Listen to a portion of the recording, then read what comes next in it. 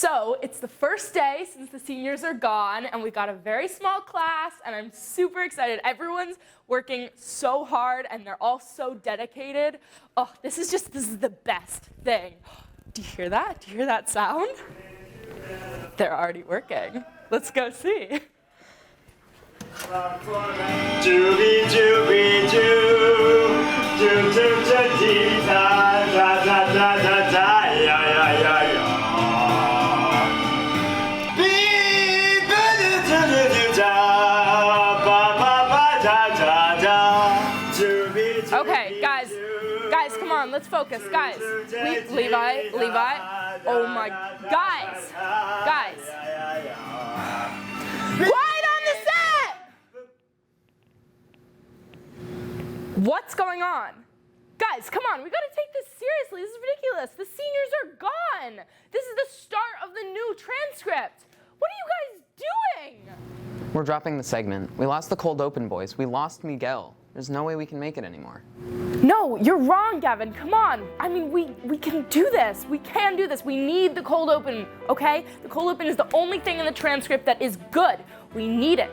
We got this, you guys. We have talent. We have some talent, okay?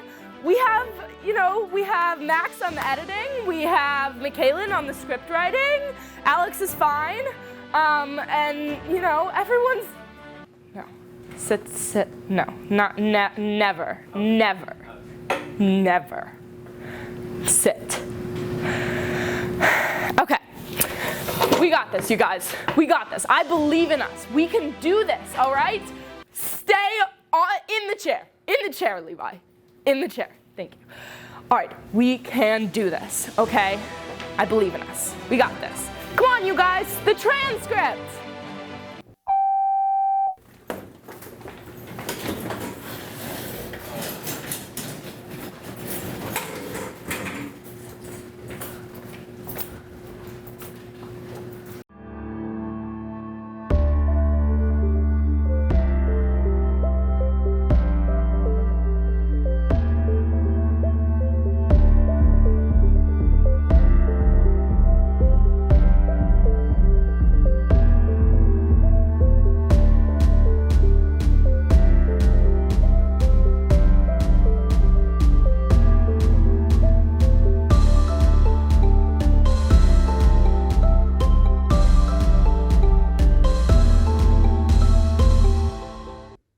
In recent months, there has been a rise in usage of ghost guns.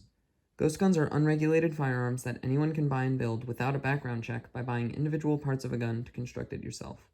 The national data from the Bureau of Alcohol, Tobacco, Firearms, and Explosives shows that between January 2016 and December 2021, there were 45,000 reports of suspected ghost guns recovered by law enforcement.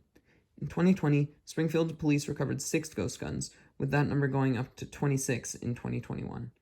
As of April 27th, Springfield police have already recovered 9 ghost guns this year. This past month, President Joe Biden has put new restrictions on ghost guns, and the Department of Justice is banning any manufacturing of ghost gun kits that are unserialized. I'm Gavin Knight Richard, and thanks for watching.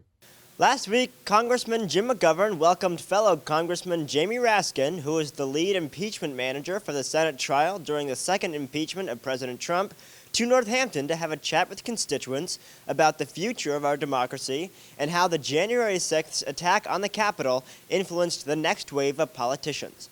There was also a Q&A with the audience about a wide range of topics like Ukraine, the economy, inflation, and much more.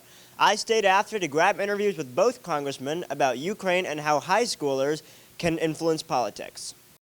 So, Representative McGovern, you recently got back from Kiev. What was it like for you to be there? And especially, what was it like to meet Vladimir Zelensky? What was it like to be in the same room as him and really experience this war-torn country? Well, I was honored to meet him, and I have great admiration for him. I mean, he's got the weight of the world on his shoulders. His people are suffering with Putin's war against them. I mean, Putin is waging a particularly vicious war, targeting maternity hospitals. They're uncovering mass graves. I mean, and we heard about some of the atrocities. But Zelensky has rallied his people, and he has inspired not only the people of Ukraine but the people of the world. And look, we want this over. We hope that Putin will stop this. I mean, we want him to get to the negotiating table so there could be a ceasefire. But Putin continues to wage this vicious war. Congressman Raskin, thank you so much for being here. How do you think that what happened on January 6th is going to affect the election of 24? It's the only violent insurrection and attempted political coup that nearly toppled the American government. So I hope that it will help inform people's judgment about what's at stake. We have an opportunity either to get democracy moving again with the kinds of legislation the Democrats have advanced, like the infrastructure plan, like protecting the rights of women, protecting the rights of minorities, reducing prescription drug prices, or we can collapse into some, Putin-informed form of autocratic government, which is what Donald Trump and his friends are interested in. What's one thing you want high schoolers to know the most about the Constitution, being someone who's studied it for years, and also how January 6th will affect the way that America and American politics, especially elections, continue on? Well, I'll tell you two things. One is the three most important words of the Constitution are the three first words of the Constitution, we the people, and it only works if the people are engaged and we have an educated and aroused citizenry. And then also they should know that there are foreign and domestic emoluments clauses which say that the president and people in federal office cannot use their offices for money-making purposes. And I know that a lot of these kids have grown up with that idea, but it is not a for-profit enterprise. Thanks so much for watching and have a great weekend. With the majority of sports teams done for the season and the seniors gone, students look forward to the end of the year and summer vacation. However, a group of students from the NHS track team have had a big challenge ahead of them, the 2022 Outdoor Track Nationals. Held in Oregon, a relay group consisting of Riley Cole, Alex Caldanero, Rylan Breen, and Rowan Hodgson qualified a month ago in the 1600 sprint medley relay. They head to Oregon on June 15th and hope to put a great time up in their race. We talked to the members of the relay team about preparation for the meet and how they are dealing with pressure of a higher stakes competition. Since this is our last meet, we've already had an entire season in front of us. We've already built the majority of the speed, the majority of the fitness we have. So we're just trying to either maintain that shape or trying to hit our quote-unquote peak at this meet. So we're just working a lot more on our technique, just trying to stay in shape and really focusing on our quickness as opposed to building any more endurance or trying to stay in, or trying to focus on, more race strategy. But at the moment, it's not too different, but it's just a little bit more higher intensity as we try to, peak at the right time. Definitely a lot more preparation going into this, with it being like our last race of the season and trying to hit a good PR and also a good relay time as well. Definitely going to be a lot more hard training in the next 2 weeks to prepare for that, but also just making sure we're fresh and peaked for nationals to show them what we got on the biggest stage. So before this year, I wasn't gonna do track at all, and then I did track, and obviously the higher up you go with state meets and such, they get more pressureful. I'm still kind of not really processing that we're it's gonna be pressure. I'm just still so excited. A couple weeks ago, I watched the Prefontaine Classic, which is a track event that has Olympians, and they were running on that track where I'm gonna be running. So it's just I'm just too excited to be really scared. Although when I get there, I'm sure I'll be pretty scared. But I'm just so excited right now. I mean, obviously Hayward Field is it's the mecca of track and field. It's where all the Olympic trials are.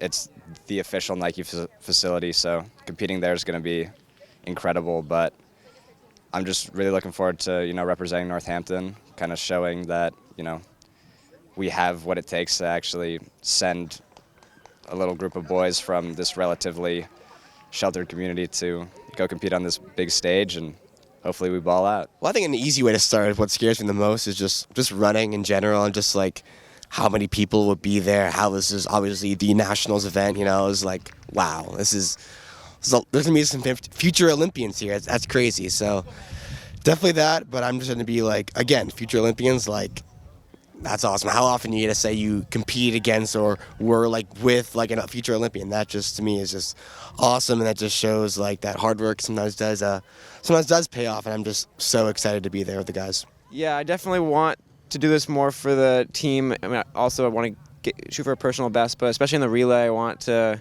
really show up for the team and kind of show everyone that what Northampton track and field is made of, and try to keep the high class track and field team that we've had in previous years like alive and going moving forward. That's pretty much it, like just the spirit of track and field. Keep that going and hopefully get some future teams to nationals in the future and keep the community rich like it is. The Nationals Relay event takes place on June 17th, and they are currently working hard to fundraise for the big trip. If you feel like helping, go to the link in the description. Thank you so much for watching. See you next week. On Tuesday, May 31st, students at Northampton High School gathered outside in protest of the rising gun violence across the nation. Echoing the grief felt in the wake of the mass shooting at Robb Elementary in Uvalde, Texas that left 21 dead, students voiced their sadness and anger. According to the CDC, gun violence has been on the rise across America since 2012, with the average of 6.2 dying from gun murders per 100,000 each year. We spoke to students at the walkout and the parent-teacher organization to get reflections about the recent tragedies and how we can try to prevent such incidents in the future. So to start off, the PTO wants to really express support for our students, especially right now during the most recent walkout. We wanted to make sure that there was an opportunity for the students to know that the parents, the administration, the town are behind you, and we understand you're the future, and that we want you to know that you have support from us, that we are here to provide whatever kind of resources you may need, and that you do have an open ear from especially the PTO. You know, maybe starting a coalition of students, parents, administrators that meets regularly, that has the same goal, that's publicly speaking out and putting in safety precautions that we all believe in that really can make a change. You know, taking the time to get to know the students, small groups, making sure there aren't kids that are falling through the cracks, making sure that those kids that maybe are struggling have been tagged early on and have resources that are provided to them, integrating everyone into community. A lot can be done as a state, you know.